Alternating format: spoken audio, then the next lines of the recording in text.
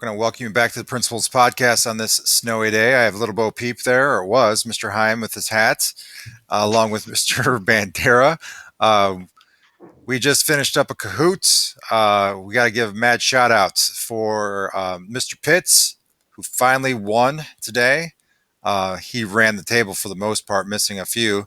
I don't think you even stumped him. Did you stump him in that math question? I think the phone dial. Yeah, I don't think he got the phone dial. That might be the only one. Yeah. We have special guests today. We're going to be talking to our students regarding the Crescendo Club Tag Day. Yesterday we had the music department on, which was a lot of fun.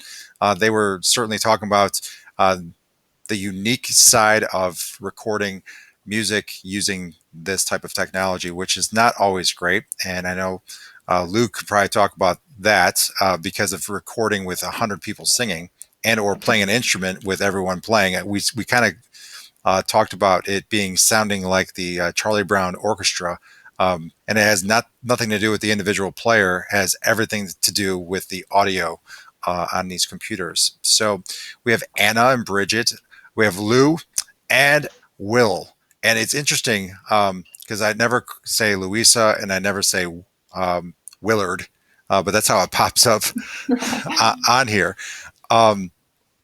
So in a typical year, the entire Crescendo Club group of students, parents, and everyone under the sun that supports the Chardon Music Department, they go on a pilgrimage throughout Chardon asking for help for Tag Day. And I know that they've come to my house in the past. My parents, my mother and father-in-law, we all have supported them. But because of the COVID-19 crisis, we have to do something creative this year.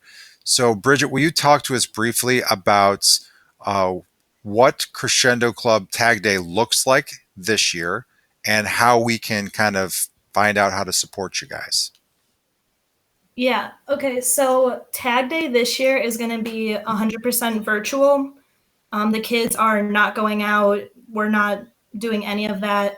Instead, we created a GoFundMe, and it's going to be sent out on, we're going to try all social media platforms. So we're going to try that. So if you have anyone on there, just like reach out and you can donate. Our goal for this year is $10,000 to try to help our music program continue. What sort of things does the Tag Day help the music program purchase? It helps us provide like music, new uniforms, at least for band, that's some of the stuff. Mm-hmm. Yeah, for choir, we just got new recording equipment, and we get concert dresses for the girls and tuxes for the guys. Yeah, we've gotten a lot of helpful things from them. Excellent. What would be a normal donation that someone would give you? Oops, we can't hear you. I'm sorry. What would be the normal donation that you would give when you would go from door to door? What are you hoping to make? $1,000 a door, right? Well, maybe if you went to the Murray family. The good developments you can get. The Murray family. What would you hope? Yeah. What would your goal, or what would you expect a person to donate? Anything they can, really. A couple dollars. I've gotten like 20 before, but that's like the max that I've seen. Yeah, I mean, really anything. Yeah, anything counts, really. Anything and everything is appreciated. Mm-hmm. I want to preface as we continue. Someone might say, "Did this get approved?" Yes, we've talked to the Board of Education, our treasurer, our superintendent. So this is an official thing. We generally don't have GoFundMes in our district. We have in the past with when the Chicago, I think it was Chicago DC trip debacle last year. It had nothing to do with our school, but there was that opportunity for a GoFundMe, and that was approved. This is also approved. So if anyone's saying, hey, is this legitimate? It will be. But please go to the direct site that will be provided that is connected to Chardon Schools, Crescendo Club, Mr. Bandera, myself, and Mr. Hyam's accounts. We send it out. So you're supporting the right cause. Go ahead. As someone that myself, I was someone that grew up in the band and choir. I kind of lived in those two rooms when I was in high school. Can you guys talk about some of your favorite experiences with those groups over over the last few years? Some of you, I know a lot of you guys are juniors, and we have one senior here. So can you guys talk about some of your favorite experiences there? I'll start with Anna since she's on my first one. Well, I'm pretty much in every possible band thing that there is at school, and I really love doing all of it. And one of my favorite things was last year I got to be a part of the pit for Greece, and that was a really fun experience. And my favorite thing is doing marching band, and it's just a really fun atmosphere to be in, and especially at home games. So yeah. Excellent. Brigit, you're next since that's how it comes alphabetically. I'm in the same boat as Anna. I'm basically in everything. But I would say, I don't really know. I really enjoyed just playing wind ensemble and the concert bands because that's what I like to do. And it opened up a lot of opportunities for bands outside of school. And it just band was really a safe place for me and let me be who I was, who I am. There we go. I like it. Lou, you're next. I think just from the beginning, like starting off in choir, I've been in it since 6th grade and just grown and met so many people. And I've gotten just like them for band. I've in a lot of things for choir, and I just made so many friends. Free harmony is a ton of fun going around and performing for people. And I know we're really missing that this spring, getting to go to the nursing homes and everything. And then all of our choir trips every year are a lot of fun. This year we did a staycation in Cleveland, and it was a super great time. They're always loads of fun. Mr. Stripe is a great planner. All right, well, finish us up here with this question. I'm also in everything that I can for band. I love our jazz band. It's a great opportunity, and Anna and I had the opportunity to go to Ohio Wesleyan last year for our drum major camp, and that was for about 5 days to learn about drum major stuff. And it was an amazing opportunity just to meet like everyone. There's so many different people from Ohio, from like everywhere, and it was just nice to meet other people who are in other bands. It's just a great experience. Real quick for the drum majors here, is it tough to go from being someone who plays in the band to conducting it? It's interesting. It is, and I do a little bit of both since I conduct pregame and I still play during halftime. So I kind of get to see both sides, and it's interesting. A lot of responsibility. Yeah, a lot. You have to know a lot more parts than just your own. Yeah. Big band is interesting. Excellent. So we talked to all of our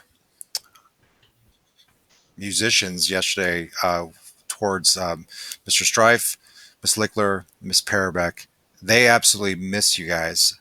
They miss everyone, all their kids. They said it was a big learning curve with the technology. What is it like from a student's side in performing?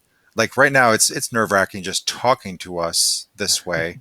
And it's not because we're just mean old men, just Mr. Hymus. Not at all. It's it's the fact that you're playing an instrument and it's a totally different setting. Like you're usually in your section or you're singing with your group, and now it's like my brother, my sister, my dog, my cats, or anyone else is hearing me that they usually don't. And it's just talk to us about that because there is a chance that there's part of the fall that we might be looking in a very similar way blended. We hate to say it, but we would love to be full-time together, but that's out of our control. So Anna, how's it been for you?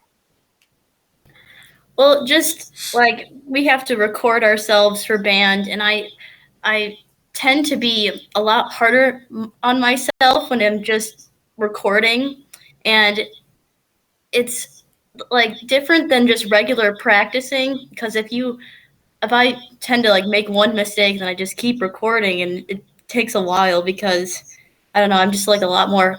I'm a lot harder on myself because I can point out my mistakes more than if I was playing in my section. Louisa, I know Bridget's dog's barking, so we're going to pause until she's good. Lou, talk to us about the singing side because you've had to do a lot of different things between rehearsing the musical and then rehearsing various spring concert songs. So, how has it been from the audio side, singing?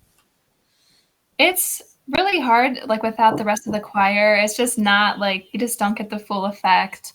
Mr. Stripe tries to make it like it would be regularly, where we'll have like choir sectionals where the girls will get together on a Google Meet and we'll all be singing together, but we all have to mute ourselves because the Google Meet would make the sound just way too crazy. So you're still really just hearing yourself, or you're hearing like Mr. Strife play the piano, and you just sing along with it. So it's not the same for sure, but just knowing that like everyone's still there and still doing it is really nice. But we do the recordings too for choir. We have to record ourselves, and that can be a little tricky at home sometimes. But we do everything that we can, and Mr. Strife's been trying to make it work to the best of his abilities. Any cameos from your brother?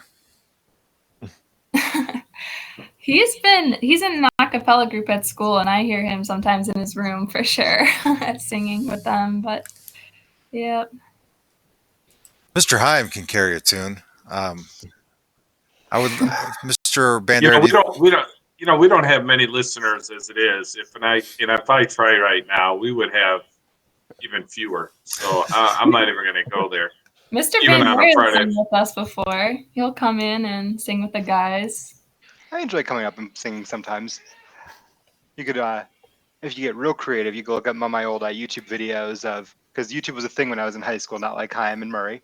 Didn't have the internet when I was in high school, buddy. I know. But I was part of you mentioned the Free Harmony group. I was part of the Twinsburg Great Expectation group. It's the same thing, show choir that performed every couple times a month in the winter months, and lots of fun. It was some of the best memories I have of high school were part of that group. So Yeah. That's awesome.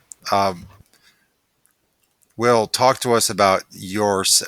Now we're getting back to instrumental. Performing on a computer, not the same as in person. So, have you had any technical glitches on your side? No, not really. But personally, I don't like playing in front of like my family. It's really weird. Like I don't care about like playing in front of other people in like band or like at concerts or anything.